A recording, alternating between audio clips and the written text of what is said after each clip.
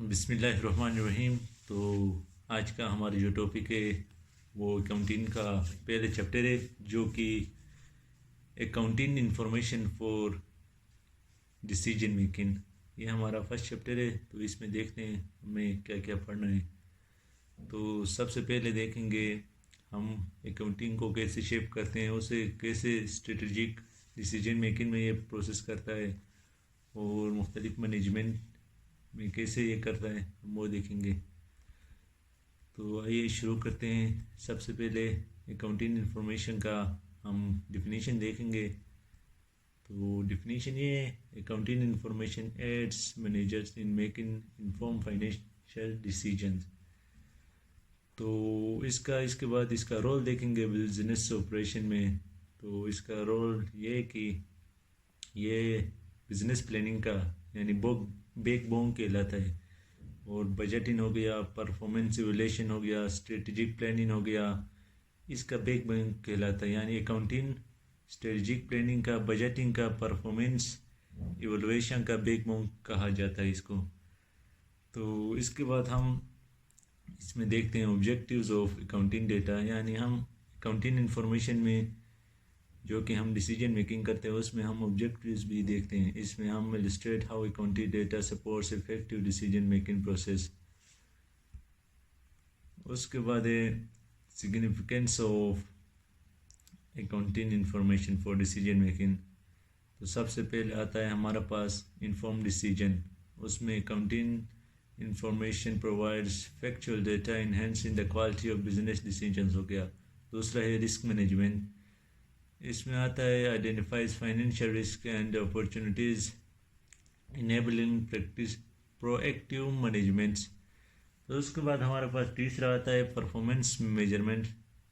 और उसके बाद चौथा आता है स्टेक होल्डर कम्युनिकेशन। यानी कंपनी के जो स्टेक होल्डर होते हैं उनका अपने एम्प्लॉयज़ और दूसरे लोगों के साथ उनका रवैया कैसा होता है। तो इसके बाद हमारा नेक्स्ट स्लाइड है अंडरस्टैंडिंग अकाउंटिंग इंफॉर्मेशन और इसके टाइप्स। तो सबसे पहले इसमें आता है फाइनेंशियल स्टेटमेंट, जो कि कोर डॉक्यूमेंट कहलाया जाता है। यानी पूरे फाइनेंशियल स्टेटस को या बिजनेस के पूरे फाइनेंशियल जो स्टेटस होता है उसे समराइज़ करने के लिए इस्तेमाल किया जाता है। इसमें मुख्तलिफ एसेट्स होते हैं, लाइबिलिटीज़ होते हैं और इनकम के जो ज़रिए होते हैं वो इसमें शामिल होते हैं। उसके बाद आता है कॉस्ट अकाउंटिंग। ये ज़्यादातर फोकस करता है मैन्युफैक्चरिंग और डिलीवरी ऑफ सर्विसेज के ऊपर, और ये प्राइसिंग और बजट के लिए बहुत ही माना जाता है। तीसरे पे जो हमारे पास है वो है मैनेजिंग अकाउंट, यानी मैनेजिंग अकाउंटिंग। तो इसमें हमें ये प्रोवाइड किया जाता है कि मुख्तलिफ़ फैसिलिटीज़ यानी डिसीजन मेकिंग के लिए मुख्तलिफ जो फैसिलिटीज़ होते हैं, स्ट्रेटजी होते हैं, उनको कैसे मैनेज किया जाए हमें ये सिखाया जाता है। उसके बाद है टेक्स्ट अकाउंटिंग। तो इसमें it involves the preparation and planning of tax returns, ensuring compliance with its regulation and optimizing tax liabilities है। तो उसके बाद आता है हमारे पास overview of decision making process. यानी एक हम ओवरव्यू देखेंगे कि हम अकाउंटिंग में डिसीजन मेकिंग प्रोसेस यानी कैसे करते हैं। तो सबसे पहले हम आइडेंटिफाई द डिसीजन, यानी डिसीजन को पहले हम गौर से देखते हैं, यानी उसे आइडेंटिफाई करते हैं। उसके बाद गेदर द रिलेवेंट इन्फॉर्मेशन, यानी हम इधर उधर से डेटा कलेक्ट करते हैं और उसे देखते हैं कि क्या आया वो सही है या गलत है। उसके बाद आता है हमारे पास आइडेंटिफाई अल्टरनेटिव्स। उसके बाद इवेलुएट अल्टरनेटिव्स। इसमें हम एसेट्स एंड मुख्तलिफ़ चीज़ें देखते हैं इसमें। उसके बाद आता है हमारे पास उसके बाद मेक अ डिसीजन, यानी हमें डिसीजन कैसे लेना चाहिए उसमें ये हमें बताया जाता है। तो उसके बाद आखिर में जो हमारे पास है वो डिसीजन को रिव्यू करना, यानी रिव्यू द डिसीजन है। तो उसके बाद जो हमारा स्लाइड है स्ट्रेटजिक ऑप्शन फॉर कंसिडरेशन है। तो इसमें हम मुख्तलिफ़ चीज़ें देखते हैं। तो सबसे पहले देखेंगे कि हम बिज़नेस को कैसे एक्सप्लोर करते हैं, मुख्तलिफ़ स्ट्रेटजीज़ कैसे बनाते हैं, तो ये देखते हैं। तो सबसे पहले है हमारे पास प्रोडक्ट लाइन एक्सपेंशन। तो इसमें एसेट्स, मार्केट्स, डिमांड और नए प्रोडक्ट्स का लोगों के साथ, कस्टमर्स के साथ मुख्तलिफ मीट्स होना, यानी उनके साथ उनके एक्सपेक्टेशंस वगैरह वो चीज़ें देखते हैं। तो इसमें हम और स्कोर इन सर्विसेज भी देखते हैं, जिसमें हम consider external providers for efficiency and cost saving, allowing focus on core activities. और जो हमारा तीसरा जो मेन पॉइंट है वो है बजट कट, यानी इसमें बजट कट देखते हैं कि हम इसमें एनालाइज करते हैं कि यानी जो एक्सपेंसेस होंगे उनसे हमारा बजट कैसे निकलेगा, यानी कैसे इंश्योर करेंगे, कैसे ऑपरेट करेंगे, ये चीज़ें हम इसमें देखते हैं। उसके बाद आता है इन्वेस्टमेंट इन न्यू इक्विपमेंट। कंपनी में जब हम देखते हैं तो इसमें हम मुख्तलिफ इन्वेस्टमेंट के जो न्यू इक्विपमेंट्स है उनके लिए जो इन्वेस्टमेंट करते हैं उनके मुख्तलिफ ज़राए देखते हैं। तो उसके बाद आता है हमारा क्राइटेरिया फॉर इवेलुएटिंग अल्टरनेटिव्स। तो इसमें सबसे पहला आता है कॉस्ट इवेलुएशन। तो इसमें यह है कि excess total expense involve in each option to determine affordability. तो दूसरा आता है टाइम कंसिडरेशन, तीसरा रिस्क असेसमेंट, और चौथा रिटर्न ऑन इन्वेस्टमेंट, और पांचवा जो आता है वो अलाइनमेंट विद बिजनेस ऑब्जेक्टिव्स। उसके बाद हमारे पास आता है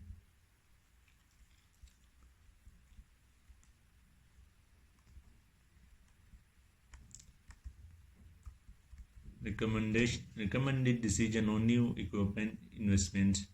तो इसमें सबसे पहले हमारे पास आता है रिकमेंडेड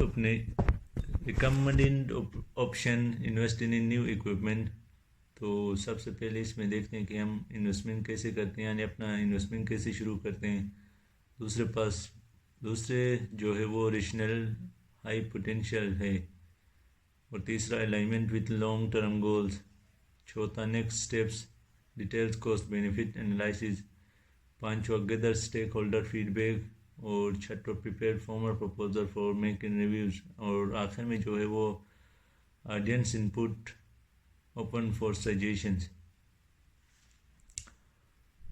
और आखिर में जो हमने कंक्लूजन किया है उसमें यह है कि हम यानी इसमें पूरे जो चैप्टर है उसमें हम पूरे अकाउंटिंग का यानी इम्पोर्टेंस पढ़ते हैं, और स्टेक होल्डर यानी कंपनी में कैसे इन्वेस्ट करता है वो चीज़ें देखते हैं, यानी उसका हाईलाइट दें significance of involving stakeholder in decision. तो यहाँ तक था हमारा पहला चैप्टर। तो अभी मिलते हैं अगले वीडियो में, तब तक के लिए अल्लाह ताला हाफिज़।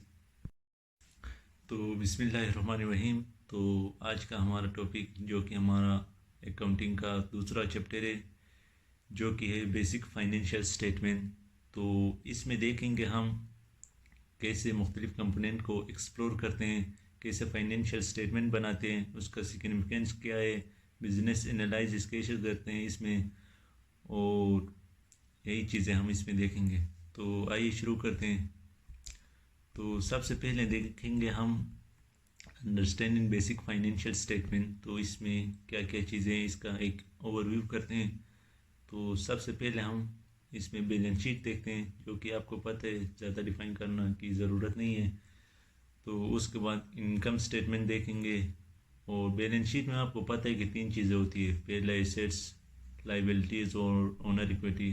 तो ये ज़्यादा डिस्कस करना मेरे ख्याल से ज़रूरी नहीं है। तो सेकंड जो हमारे पास है वो इनकम स्टेटमेंट है, जो कि हम आगे आगे एक्सप्लेन करेंगे। उसके बाद कैश फ्लो स्टेटमेंट है, उसके बाद कंपोनेंट ऑफ फाइनेंशियल स्टेटमेंट है, उसके बाद आखिर में user group of financial statement है। तो ये हम आगे आगे डिस्कस करते जाएंगे। तो इसमें दो चीज़ और देखेंगे, जिसमें है इम्पोर्टेंस ऑफ फाइनेंशियल स्टेटमेंट, यानी फाइनेंशियल स्टेटमेंट की क्या इम्पोर्टेंस है, और रेगुलर कंप्लायंस। तो इसमें ये भी देखेंगे। तो हम पहले समझेंगे कि फाइनेंशियल स्टेटमेंट होती क्या है, ये क्या चीज़ है, इसमें क्या होते हैं, ये देखेंगे। सबसे पहले हम इसका डिफिनीशन देख लें, जो कि कुछ इस तरह है। Financial statement are formal records summarise the financial activities and the position of a business और इंडिविजुअल। यानी फाइनेंशियल स्टेटमेंट वो रिकॉर्ड्स है वो चीज़ें हैं जो पूरे यानी फाइनेंशियल एक्टिविटीज़ यानी पूरे साल में जो एक्टिविटीज़ होते हैं उनको रिकॉर्ड करते हैं, यानी उनको समराइज़ करके एक आगे बिजनेस के लिए एक पेश करते हैं। तो आगे बढ़ते हैं इसमें। तो इसमें हम देखते हैं फाइनेंशियल स्टेटमेंट की जो सिग्निफिकेंस है वो उसमें हम ये देखेंगे। तो सबसे पहले आता है डिसीजन मेकिंग। तो सबसे बड़ा जो सिग्निफिकेंस है, सबसे बड़ा फ़ायदा जो है फाइनेंशियल स्टेटमेंट में वो है डिसीजन मेकिंग। और दूसरे पे जो आता है वो है हमारे पास परफॉर्मेंस मेजरमेंट, और तीसरे पे रेगुलेटरी कंप्लायंस, और आखिर में जो हमारे पास आता है वो फाइनेंशियल एनालिसिस है। तो क्योंकि टाइम कम है हमारे पास, इसलिए शॉर्ट हम आगे बढ़ते जाएंगे। तो उम्मीद है आप बुरा ना मानेंगे। तो उसके बाद हम देखेंगे अंडरस्टैंडिंग द बैलेंस शीट, यानी बैलेंस शीट को हम थोड़ा समझने की कोशिश करेंगे। सबसे पहले हम डिफिनीशन देखते हैं बैलेंस शीट होती क्या चीज़ है। तो बैलेंस शीट को कुछ इस तरह डिफाइन किया गया है कि balance sheet show a company financial position at a specific time, यानी बैलेंस शीट जो है वो एक स्पेसिफिक टाइम में कंपनी का जो फाइनेंशियल पोजीशन होता है वो हमें शो करता है। उसके बाद कंपोनेंट्स ऑफ एसेट, यानी एसेट्स के कंपोनेंट्स क्या होते हैं, इसमें आता है हमारे पास कैश, इन्वेंट्री, लैंड, अच्छा मुख्तलिफ बिल्डिंग्स, ये चीज़ें हमारे पास आती हैं। उसके बाद हमारे पास लाइबिलिटीज़ आते हैं। लाइबिलिटीज़ में ज़्यादातर हमारे पास डेब्ट्स वगैरह होते हैं, लोन्स वगैरह होते हैं, अकाउंट्स पेबल, और कंपनी जो चीज़ों करती है वो हमारे पास होती हैं। उसके बाद व्हाट इज़ इक्विटी, यानी इक्विटी क्या चीज़ है। इसमें हमारे पास दो चीज़ें आती हैं, या तो कैपिटल स्टॉक और रिटेन अर्निंग। हमारे पास ओनर इक्विटी में सिर्फ दो चीज़ें आती है, क्या क्या, कैपिटल स्टॉक और रिटेन अर्निंग। तो उसके बाद आता है बेसिक अकाउंटिंग इक्वेशन, यानी बेसिक अकाउंटिंग इक्वेशन जैसा कि आपको पता होगा कि assets is equal to liabilities plus owner equity. ये एक बेसिक इक्वेशन है जो कि अकाउंटिंग में बार बार इस्तेमाल किया जाता है। उसके बाद हमारे पास जो है इनकम स्टेटमेंट को समझने के लिए कुछ चीज़ें हमारे पास गिवन है, जो कि सबसे पहले रेवेन्यू है, यानी इनकम कैसे जनरेट करते हैं बिजनेस एक्टिविटीज़, और फाइनेंशियल स्टेटमेंट को परफॉर्म करने के लिए कैसे इनकम जनरेट करते हैं, उसमें ये हम देखते हैं यानी रेवेन्यू में। उसके बाद हम एक्सपेंस देखते हैं, और उसके बाद हम नेट इनकम यानी साल का जो इनकम होता है वो देखते हैं। तो उसके बाद हम कैश फ्लो को थोड़ा देखेंगे। कैश फ्लो का डिफिनीशन हम सबसे पहले देखेंगे। The cash flow statement tracks cash inflows and outflows in a business, reflection financial health. और दूसरे पे आता है ऑपरेटिंग एक्टिविटीज़। तीसरा पार्ट आता है investment activities, financial activities, importance of cash flow statement वगैरह वगैरह, ये चीज़ें इसमें आती हैं कैश फ्लो में। तो इंटरकनेक्टेड फाइनेंशियल स्टेटमेंट ओवरव्यू थोड़ा करते हैं हम। तो इसमें कंप्रिहेंसिव फाइनेंशियल हेल्थ आता है, नेट इनकम इम्पेक्ट आता है, और कैश फ्लो स्टेटमेंट के कनेक्शन जो होते हैं हम इसमें ये देखते हैं। तो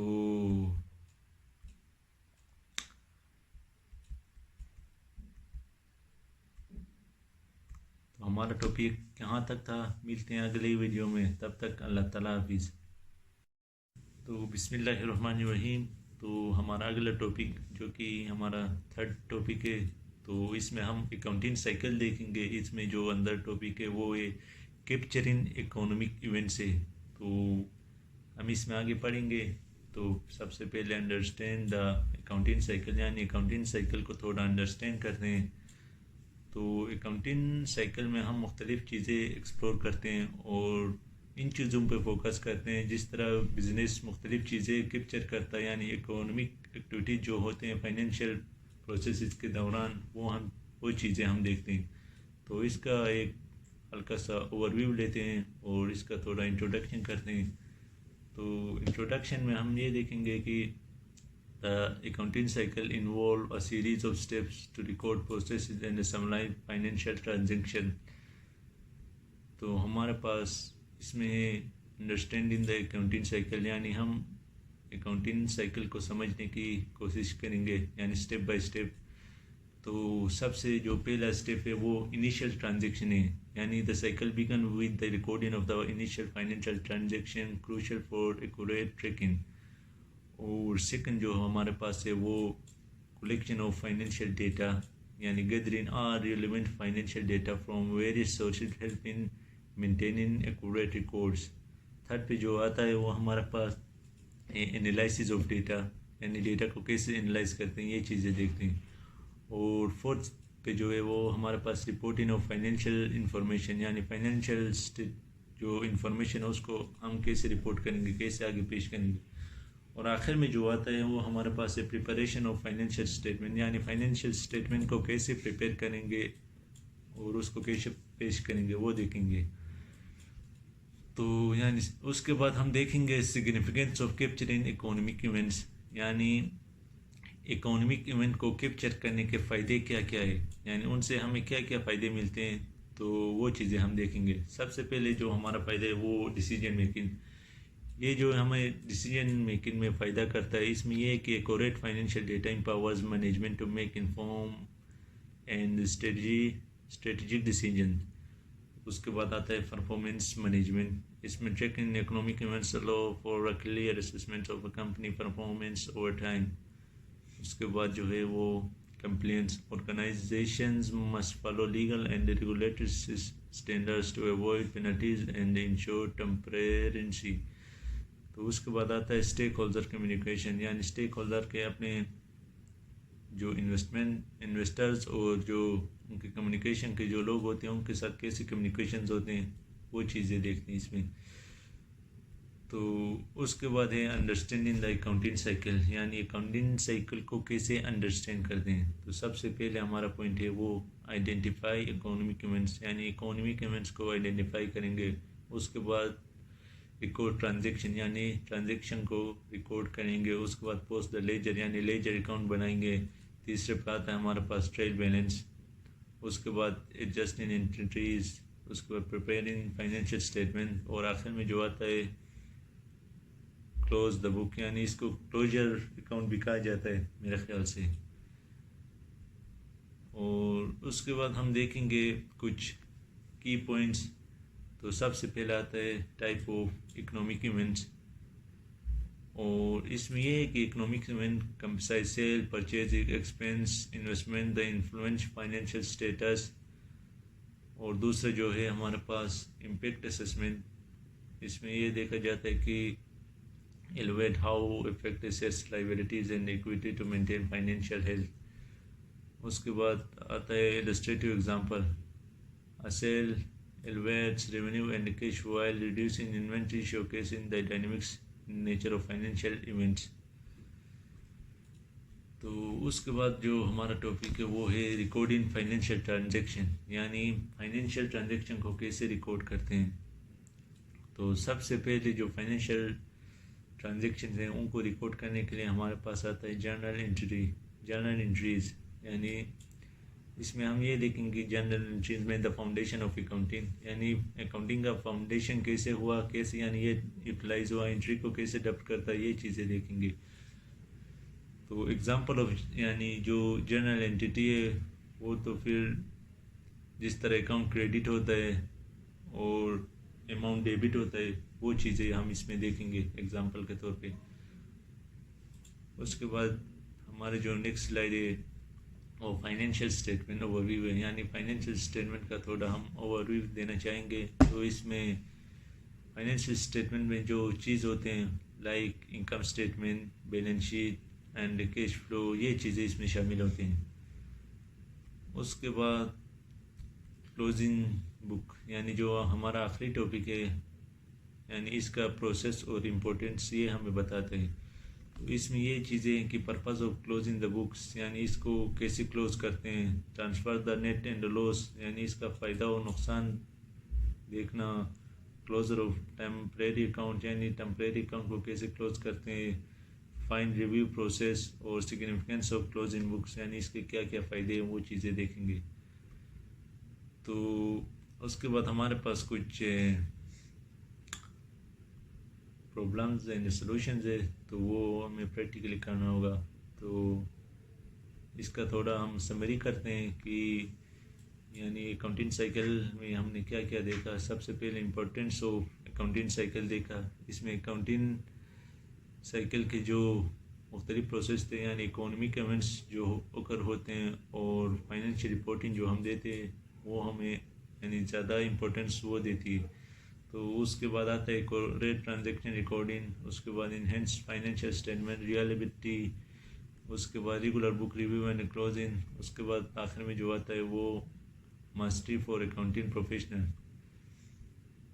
तो यहाँ तक था हमारा थर्ड टॉपिक जो कि अकाउंटिंग साइकिल का एक पार्ट था, तो जिसका नाम कैप्चरिंग इकोनॉमिक इवेंट्स था। तो मिलते हैं अगले वीडियो में, तब तक अल्लाह ताला हाफिज़। तो बिस्मिल्लाहिर्रहमानिर्रहीम। तो आज का हमारा जो टॉपिक है वो फोर्थ चैप्टर है जो कि अकाउंटिंग साइकिल का ही पार्ट है। तो इसमें हम एक्रूअल्स एंड डिफरेंस देखेंगे। तो इसमें हम मुख्तलिफ़ चीज़ें देखेंगे। सबसे पहले अकाउंटिंग साइकिल देखेंगे और रोल ऑफ एक्रूअल्स एंड डिफरेंस जो यानी इसका रोल है वो देखेंगे, और financial reporting and inform decision making कैसे करते हैं वो चीज़ें हम इसमें देखेंगे। तो आइए शुरू करते हैं। सबसे पहले हम अंडरस्टैंड करते हैं अकाउंटिंग साइकिल को। तो इसमें कुछ की कॉन्सेप्ट्स एंड कुछ इसके फ़ायदे हैं यानी सिग्निफिकेंसेस है, तो वो देखेंगे। सबसे पहले डिफिनीशन ऑफ अकाउंटिंग साइकिल। तो अकाउंटिंग साइकिल का हम सबसे पहले डिफिनीशन देखेंगे। इसका डिफिनीशन ये है, the accounting cycle is a structured process for recording financial transaction. यानी बस यही है कि फाइनेंशियल ट्रांजेक्शन को एक रिकॉर्ड करते हैं एक प्रोसेस के थ्रू, तो उसे हम अकाउंटिंग साइकिल कहते हैं। दूसरा हम इसमें देखेंगे इम्पोर्टेंस ऑफ एक्यूरेट रिपोर्टिंग, यानी हम एक्यूरेट रिपोर्टिंग का हम इम्पोर्टेंस देखेंगे। तीसरा है रोल ऑफ एक्रूवल्स, यानी एक्रूवल्स का क्या क्या रोल है वो देखेंगे। और उसके बाद जो चौथा हमारे पास है वो रोल ऑफ डिफरेंस है, यानी डिफरेंस का रोल क्या होगा वो देखेंगे। उसके बाद पांचों पे जो आता है वो प्रैक्टिकल एप्लीकेशन, यानी प्रैक्टिकल एप्लीकेशन क्या क्या चीज़ें हैं वो देखेंगे। उसके बाद इम्पेक्ट ऑफ फाइनेंशियल एनालिसिस, यानी फाइनेंशियल एनालिसिस का इम्पेक्ट क्या क्या है वो हम देखेंगे। तो हम इसमें एक्रूवल्स को कैसे अंडरस्टैंड करते हैं वो देखते हैं। Accruals recognize revenue and expense before cash exchange like you bill services. इसका एग्जांपल है, a company earns revenue from several but hasn't bill the customer yet. तो उसके बाद हमारे पास जो आता है वो अंडरस्टैंडिंग डिफरेंस, यानी डिफरेंस को कैसे अंडरस्टैंड करते हैं वो देखते हैं। Difference recognize revenue and expense after cash exchange such as advance payments. तो इसका जो एग्जांपल है हमारे पास, a company receive payments in advance for future service provided.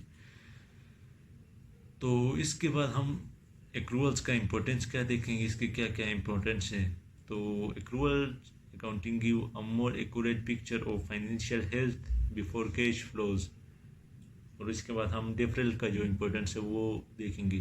Deferral help match revenue with the period in which they are adding complaints. उसके बाद जो हमारे पास आखिरी पॉइंट है वो है फाइनेंशियल रिपोर्टिंग, यानी फाइनेंशियल रिपोर्टिंग किस तरह करते हैं।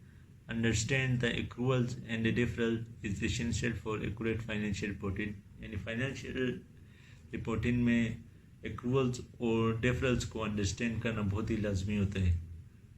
तो आगे बढ़ते हैं। एक्रूवल्स अकाउंटिंग यानी डिफिनीशन ऑफ एक्रूवल्स अकाउंटिंग क्या है वो देखते हैं। Accrual accounting recognize revenue when earned the expense when occurred regardless और cash flow, ये इसका डिफिनीशन है। तो हम टाइप्स ऑफ एक्रूवल देखते हैं, एक्रूवल के क्या क्या टाइप्स है। तो एक्रूवल रेवेन्यू है और एक्रूवल रिफरेंट एक्सपेंसेस, यानी इसके दो टाइप्स है। सबसे पहले एक्रूवल रेवेन्यू और दूसरा है एक्रूवल एक्सपेंसेस।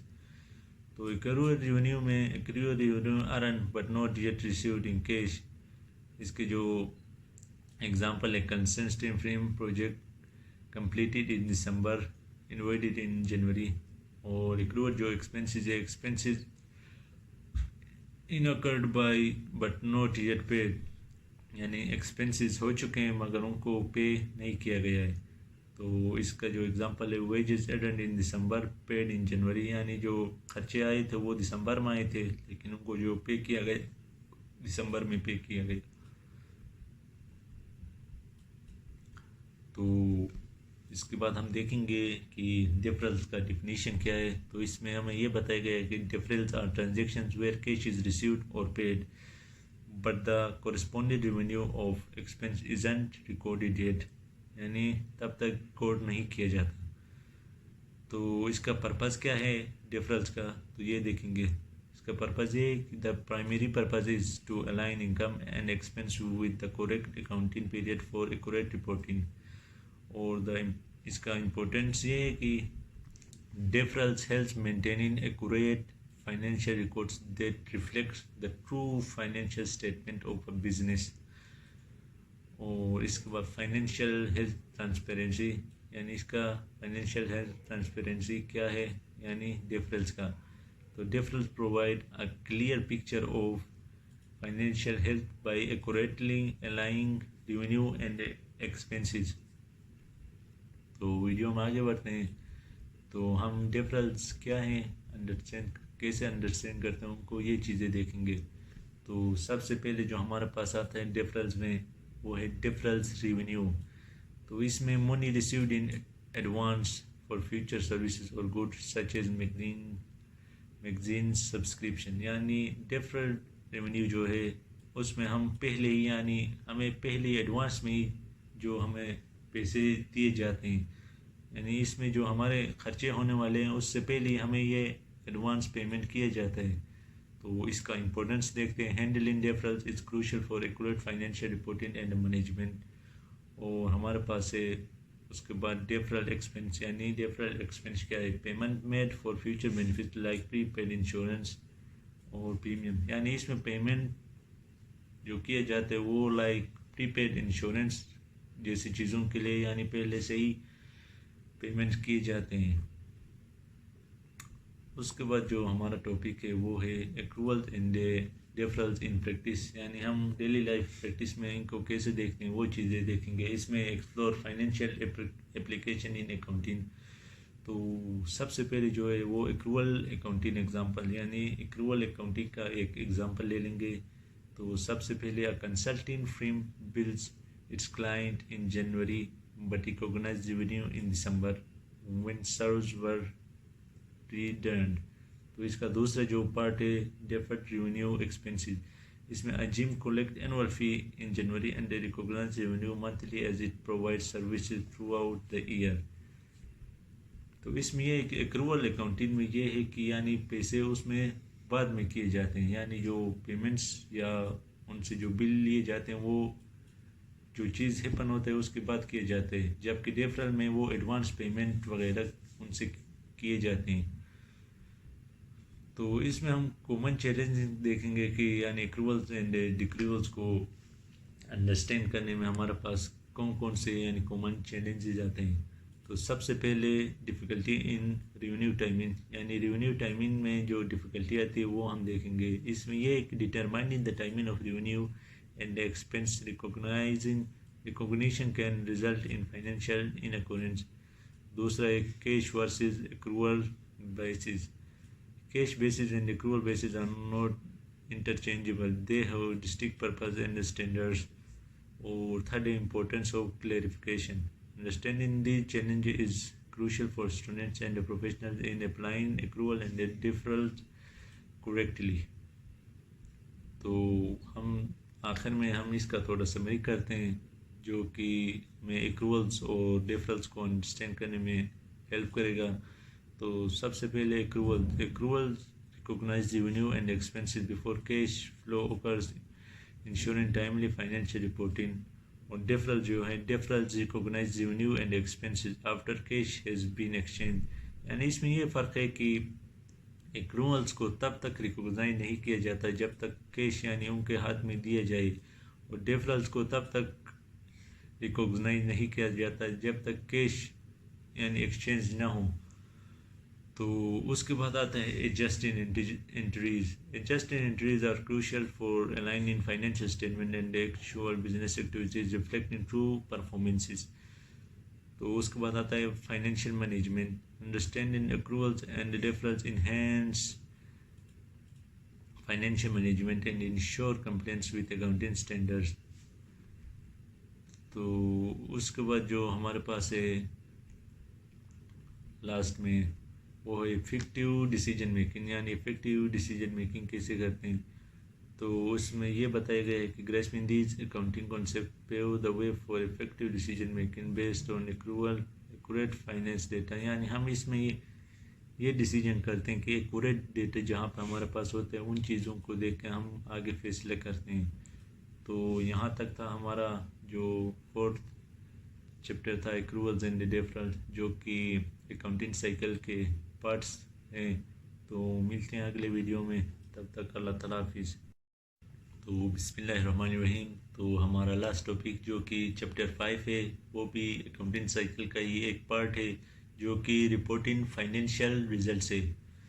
तो इसमें हम देखेंगे, हम मुख्तलिफ़ चीज़ें इसमें एक्सप्लोर करेंगे, यानी अकाउंटिंग साइकिल इसमें देखेंगे तो वो क्या रोल अदा करता है, इसमें मुख्तलिफ़ financial reports and statements provide करने में ये क्या रोल प्ले करता है, वो चीज़ें हम देखेंगे। तो आइए शुरू करते हैं। सबसे पहले हम अकाउंटिंग साइकिल को यानी रिपोर्टिंग फाइनेंशियल रिजल्ट्स करने के लिए जो अकाउंटिंग साइकिल का जो रोल होता है वो देखेंगे। तो सबसे पहले हमारे पास आइडेंटिफाई ट्रांजैक्शंस, यानी ट्रांजैक्शंस को कैसे आइडेंटिफाई करते हैं। This stage involves recognising all financial statements they need to be recorded. यानी जो ट्रांजैक्शन रिकॉर्डेड करने की ज़रूरत होती है हम उसको यहाँ पे रिकॉर्ड करते हैं। तो उसके बाद आता है पोस्टिंग टू लेजर, यानी journal entries are transfer to ledger for organise summarisation of account. Posting to ledger में यानी हम जर्नल एंट्रीज को लेजर अकाउंट में पोस्ट करते हैं, यानी उनको समराइज करने के लिए उसमें पोस्ट करते हैं। उसके बाद आता है importance of cycle. Importance of cycle है वो साइकिल को अंडरस्टैंड करने के लिए बहुत ही ज़रूरी है, क्योंकि फाइनेंशियल स्टेटमेंट को ट्रांसपेरेंसी एंड कंप्लायंस मेंटेन करने के लिए ये बहुत ही माना जाता है। तो उसके बाद हमारे पास जो है वो रिकॉर्डिंग ऑफ जर्नल्स, यानी ये बीच में आता है लेकिन हमने पॉइंट इस तरह लिखे हैं। तो transaction are documented chronologically in journal to ensure accurate tracking. तो यानी जर्नल्स को जो ट्रांजैक्शन होते हैं इसमें बस जर्नल फॉर्म में रिकॉर्ड किए जाते हैं। और उसके बाद आखिर में जो हमारे पास आते हैं वो प्रिपेयरिंग फाइनेंशियल स्टेटमेंट, यानी फाइनेंशियल स्टेटमेंट को प्रिपेयर करना, जिसमें हम फाइनल एक रिपोर्ट देते हैं जो कि हम जनरेट करते हैं like balance sheet and income statement की तरह। तो उसके बाद हमारे पास है की ऑब्जेक्टिव्स फॉर अंडरस्टैंडिंग अकाउंटिंग। तो हमारे पास जो की ऑब्जेक्टिव्स है वो हम देखेंगे। सबसे पहले अंडरस्टैंडिंग द अकाउंटिंग साइकिल। तो इसी में जो हमने पिछले वीडियोस में बात की थी उसमें भी यही बात है कि अकाउंटिंग साइकिल को किस तरह अंडरस्टैंड किया जाता है। तो इसमें हम learn the essential steps involve in the accounting cycle to manage financial, यानी इसके मुख्तलिफ स्टेप्स है तो हम उसमें वो देखेंगे। उसके बाद हम इन्फ्लुएंस ऑन फाइनेंशियल रिजल्ट, यानी फाइनेंशियल रिजल्ट के ऊपर अकाउंटिंग साइकिल के क्या इन्फ्लुएंस है वो हम चीज़ें देखेंगे। और आखिर में जो हमारे पास है वो एक्यूरेसी इन फाइनेंशियल रिपोर्टिंग, यानी हम इसमें अकाउंटिंग साइकिल जो है वो फाइनेंशियल रिपोर्ट्स को कैसे एक्सप्लोर करता है वो चीज़ें हम देखेंगे। तो सबसे पहले जो हमारे पास स्टेप्स आते हैं अकाउंटिंग साइकिल के जो स्टेप्स है वो देखेंगे। सबसे पहले जो है आइडेंटिफाई ट्रांजैक्शंस। तो आइडेंटिफाई ट्रांजैक्शन में हमारे पास है recognising financial events that impact the company. और उसके बाद आता है रिकॉर्डिंग ट्रांजैक्शंस। रिकॉर्डिंग ट्रांजैक्शंस में हमारे पास journal transaction in the order they occur, यानी हमारे पास जो हमने पिछले वीडियोस में बात की थी वो वही चीज़ें हमारे पास है। जिस तरह सबसे पहले आता है आइडेंटिफाई ट्रांजैक्शन, उसके बाद रिकॉर्डिंग ट्रांजैक्शन, उसके बाद उसको पोस्ट करना, उसके बाद हमारे पास ट्रायल बैलेंस आता है, उसके बाद एडजस्टिंग एंटिटीज, उसके बाद आके सेकंड लास्ट जो कि है फाइनेंशियल स्टेटमेंट, और आखिर में जाके हमारे पास आते हैं क्लोजिंग एंटिटीज। तो ये हमने पिछले वीडियोस में डिस्कस किया है, तो इसको शॉर्ट लेते हैं। तो फाइनेंशियल रिपोर्ट के जो हम कुछ की पॉइंट है तो उसका थोड़ा हम ओवरव्यू करते हैं। तो सबसे पहले इनकम स्टेटमेंट। तो it illustrates total revenue and expenses reflecting the company profitability over a specific time। यानी ये कंपनी के रेवेन्यू और एक्सपेंसेस देखता है पूरे साल भर के जो हमारे पास प्रॉफिट जो कंपनी का प्रॉफिटेबिलिटी होता है उसको देखता है। दूसरा जो होता है अंडरस्टैंडिंग ऑफ बैलेंस शीट है, यानी बैलेंस शीट को हम कैसे अंडरस्टैंड करते हैं वो चीज़ हम देखेंगे। और तीसरे हमारे पास कैश फ्लो, यानी कैश कैसे इनफ्लो होता है, कैश कैसे आउटफ्लो होता है वो हम चीज़ें देखेंगे। यानी कैश का लिक्विडिटी है या नहीं है, उसको कैसे मैनेजमेंट करते हैं, मुख्तलिफ स्ट्रेटजीज कैसे अपनाते हैं वो चीज़ें देखेंगे। और चौथा हमारे पास जो लास्ट पॉइंट है वो है importance of stakeholder. These reports are crucial for stakeholders to evaluate the financial health and the performance of organization। उसके बाद आता है अंडरस्टैंडिंग की अकाउंटिंग कॉन्सेप्ट, यानी अकाउंटिंग का कॉन्सेप्ट क्या है वो हम अंडरस्टैंड करेंगे। सबसे पहले जो हमारे पास इसका प्रिंसिपल है वो है एक्रूअल अकाउंटिंग, यानी ये हमने पिछले वीडियो में पढ़ा है, लेकिन ये भी अकाउंटिंग साइकिल का ही पार्ट है, तो इसमें ये हम चीज़ें देखेंगे। सबसे पहले अकाउंटिंग एक्रूअल्स, यानी इसमें हम जो एक्सपेंस और रेवेन्यू हो इसको रिकॉग्नाइज करते हैं। और क्लोजिंग एंट्री जो कि हम अकाउंटिंग साइकिल के लास्ट में जो आता है क्लोजिंग एंट्रीज वही हो गया, जिसमें हम adjusting entries made at period end to reset temporary account for the next period। उसके बाद आता है adjusting entries to update account balance before financial statement ensuring correct period recognition। तो उसमें हमारे पास मुख्तलिफ चीज़ें हैं। और हमारा जो नेक्स्ट पॉइंट है वो है deep dive into financial report, यानी फाइनेंशियल रिपोर्ट के अंदर हम घुस के देखेंगे उसमें क्या क्या चीज़ें होती हैं। तो सबसे पहले वही हमने जो डिस्कस किया इनकम स्टेटमेंट है जो कि पूरे साल का बनाए जाते हैं, यानी रेवेन्यू एक्सपेंसेस नेट इनकम ये चीज़ें हम यानी इनकम स्टेटमेंट में देखते हैं। उसके बाद रेवेन्यू है, रेवेन्यू यानी टोटल इनकम हो गया जो कि मुख्तलिफ सेल्स हो गए, क्रूशल्स हो गए, उनको यानी जनरेट करके हमें जो रेवेन्यू मिलता है वो हो गए। और उसके बाद है हमारे पास है अंडरस्टैंडिंग एक्सपेंसेस। उसके बाद नेट इनकम सिग्निफिकेंस, यानी पूरे साल का जो इनकम है उसका क्या फ़ायदा है, उसके फ़ायदे और नुकसान ये चीज़ें हम देखेंगे। उसका बैलेंस शीट इसेंशियल्स, यानी बैलेंस शीट के क्या क्या फ़ायदे हैं, किस चीज़ के लिए ज़रूरत होती है। उसके बाद एसेट्स, यानी एसेट्स क्या क्या चीज़ें उसमें, जिस तरह लैंड कैपिटल बिल्डिंग्स वगैरह वगैरह।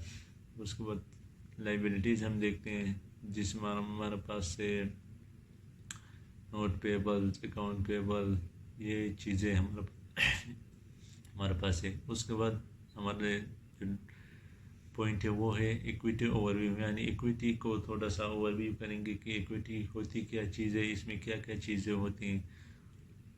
उसके बाद आता है हमारे पास स्टेटमेंट ऑफ कैश फ्लो, यानी कैश फ्लो में जो कैश होता है वो इनफ्लो आउटफ्लो कैसे करता है वो चीज़ें हम देखेंगे। और उसके बाद जो हमने चीज़ें देखी वो ऑपरेटिंग एक्टिविटीज़ फोकस, यानी ऑपरेटिंग एक्टिविटीज़ क्या क्या थी उसको कैसे फोकस किया हमने उसके ऊपर वो चीज़ें हम देखेंगे। और आखिर में जो आता है इन्वेस्टिंग एक्टिविटीज़ इनसाइड, यानी इन्वेस्टिंग एक्टिविटीज़ जो हमने पढ़ी थी उनको यानी कैसे देखा जाए वो चीज़ें हम देखेंगे। और आखिर में जो आता है फाइनेंशियल एक्टिविटीज़ एक्सप्लेन, जो फाइनेंशियल एक्टिविटीज़ थी उसको हमने कैसे एक्सप्लेन किया था वो चीज़ें हमने इसमें देखी। और हमारे पास कुछ की पॉइंट्स है अकाउंटिंग साइकिल के, तो वो देखेंगे। वो इम्पोर्टेंस ऑफ अकाउंटिंग साइकिल है, यानी अकाउंटिंग साइकिल का क्या इम्पोर्टेंस है। Accounting cycle is crucial for achieving accurate financial reporting impact in overall financial health, influence on financial results. Each step is accurate. Each step is accounting cycle significantly influence the financial outcome of an organization. Key accounting concept: understand accruals, accountings, and adjusting entries is vital for finance professionals to ensure accuracy. और हमारा जो next point है वो implementation benefits है. Successful implementation of the accounting success cycle enhance accuracy and efficiency in financial reporting process. और third पे जो हमारे पास है वो real world application. Grasping these concepts prepares you to apply them effectively in real world financial situations. तो इसका हम आखिर में जाकर थोड़ा कंक्लूजन करते हैं, जो कि हमारे पास कुछ की पॉइंट्स बनते हैं. सबसे पहले हमने इसमें देखा अकाउंटिंग साइकिल का इम्पोर्टेंस, यानी अकाउंटिंग साइकिल का इम्पोर्टेंस क्या है, किस किस चीज़ में हमें इस्तेमाल करते हैं, ये चीज़ें हमने देखी. उसके बाद हमने अकाउंटिंग साइकिल का सिस्टमेटिक अप्रोच देखा कि कैसे हम इसको इस्तेमाल करते हैं, किस तरह इसको अप्रोच करने की कोशिश करते हैं. उसके बाद हमने इन्फॉर्म डिसीजन देखा, यानी enable organization to make informed financial decision. उसके बाद आखिर में हमने इफ़ेक्टिव इम्प्लीमेंटेशन देखा, और आखिर में जाकर हमने स्टेक होल्डर बेनिफिट, यानी स्टेक होल्डर के क्या क्या बेनिफिट्स हैं इसमें, जैसे कि enhance in financial reporting benefits all stakeholders involve. तो यहाँ तक कि हमारी 5th चैप्टर जो कि अकाउंटिंग साइकिल की पार्ट थी, तो रिपोर्टिंग फाइनेंशियल रिजल्ट्स. तो अल्लाह ताला हाफिज़, मिलते हैं.